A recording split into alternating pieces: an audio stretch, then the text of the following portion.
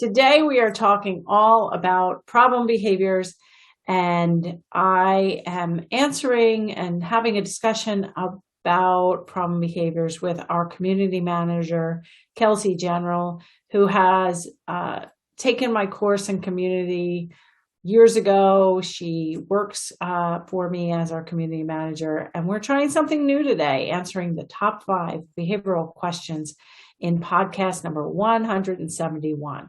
Here's a short snippet from one of the questions and answers that come up so often.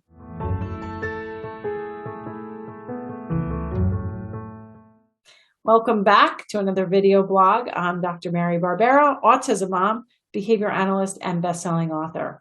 Each week, I provide you with some of my ideas about turning things around. So if you haven't subscribed to my YouTube channel, you should do that now. Today, we are covering a short excerpt from 171, the podcast, which you can watch on my website at any time, or you can listen to it on any apps, including Apple Podcasts, Spotify, Pandora, iHeartRadio, you name it, we're there. And if you do love the podcast, wherever you're listening, or you do love my resources, my book, for instance, any really great reviews would be so helpful in helping me spread the word. Let's get to this excerpt from podcast 171 about problem behaviors. So yeah, we can move on to question 2. Okay. And that one is all about being told no. Like when told no, my child flops to the ground and cries or gets aggressive, like hits me. How can we stop this? Yeah. So it is tough. And in the beginning, when you're just learning what to do, to be as positive as possible, to be the giver, to be the yes man constantly, and not to say no constantly. You have to consider not only the child's age, but their developmental age. And learning rules and learning when they can have things and when they can't is kind of a tough concept. And so again, we're going to have to look at not just when told no, they drop to the ground, they become aggressive, time of day it happens. First of all, we usually ask if somebody says in our closed Facebook community, somebody says, my child, if I tell them no for candy, they drop to the ground and or lunge out, try to bite me or try to grab the candy or whatever. What should I do?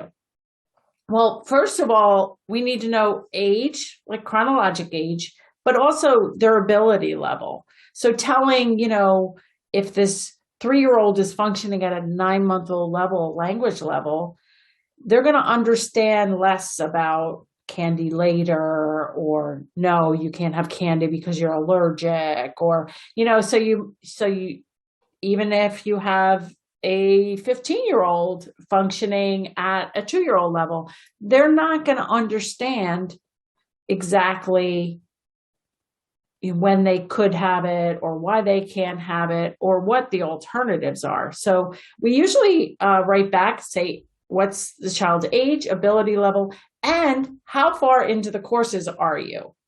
That's always the best thing to do, because these courses are laid out so that we can show you how to assess, how to plan, how to teach, and how to keep easy data so you can evaluate whether your teaching procedures are working. So every question we get can be funneled through the 4-step Turn Autism Around approach: assessment, planning, intervention, and evaluation. So it's not just about accepting no, it's really about how preventative are you? How much table time, if you're not doing any table time and all you're doing is trying to keep the peace, which I know is hard. If you have multiple kids, or if you're a teacher and you've got, 8 kids in your class and they all can't accept no, and nobody, they're all nonverbal and they're not potty trained, But the answer isn't to get them to learn, I said no. The real way we need to tackle this, any situation, whether it's at home or at school or in the community, is we need to teach the kids that we are a source of reinforcement. We are positive. We use 8 positives to every negative. We are the givers. We are not the takers. We are the yes people. We're not the no people.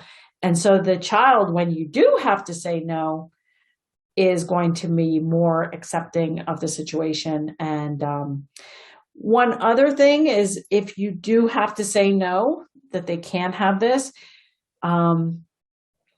you should have alternatives there. And we talk in my book, Turn Autism Around, I talk about the shush, label, and give procedure. So if the child is screaming for candy and he's allergic to it, you can't have it, you don't have any, whatever the situation, it's another kid's candy from the table, for lunchtime at snack or whatever. You can still use the shush, label, and give, but you can't give the candy, but you can give an option of another thing the child will like, but you have to get quiet. You have to get the child quiet first before you start negotiating or offering other choices or trying to explain why they can't have it. So I know that's like a lot, and I want Kelsey to chime in here, but I think it's a bigger problem than just running an quote unquote accepting no program, which is not what we do.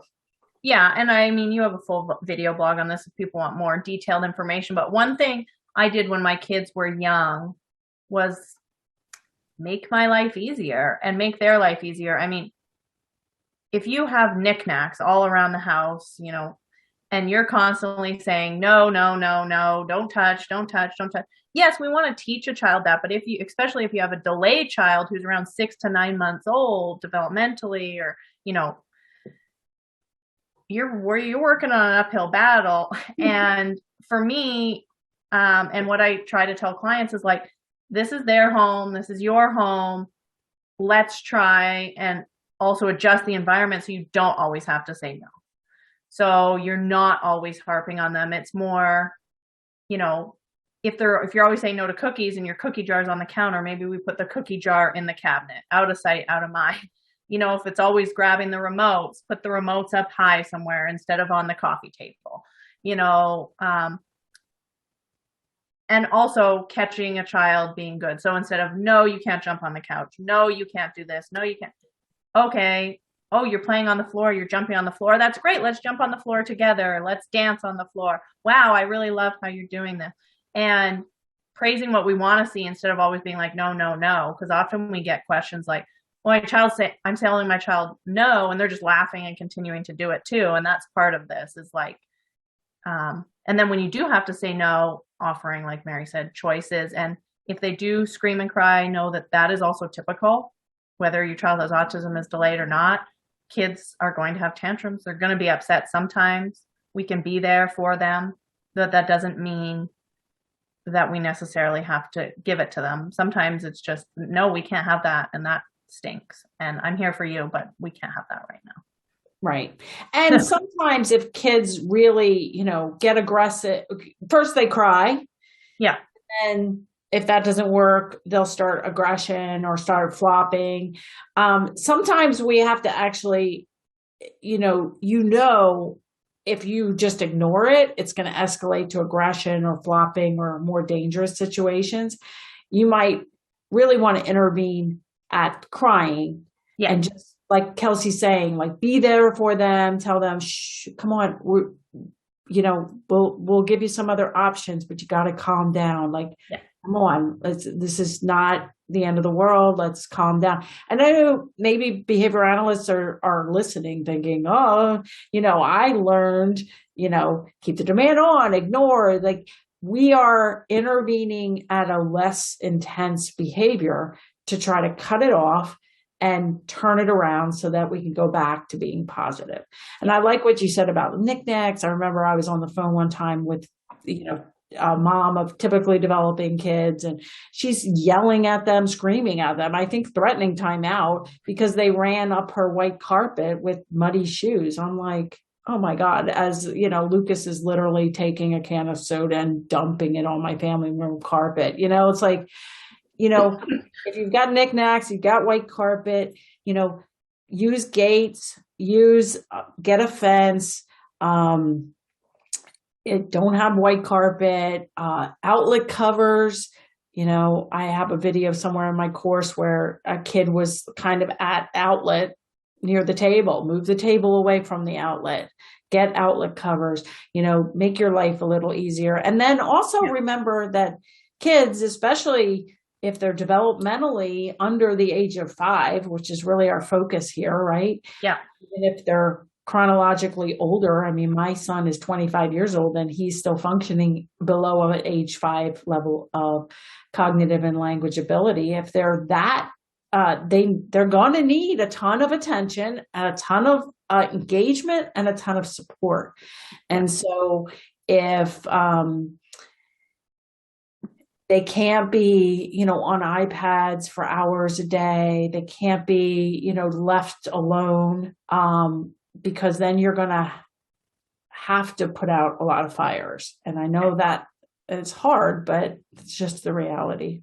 I hope you enjoyed that short clip. If you want to watch the whole thing and get all 5 questions and 5 answers, go to marybarbera.com/171, and I will see you right here next week.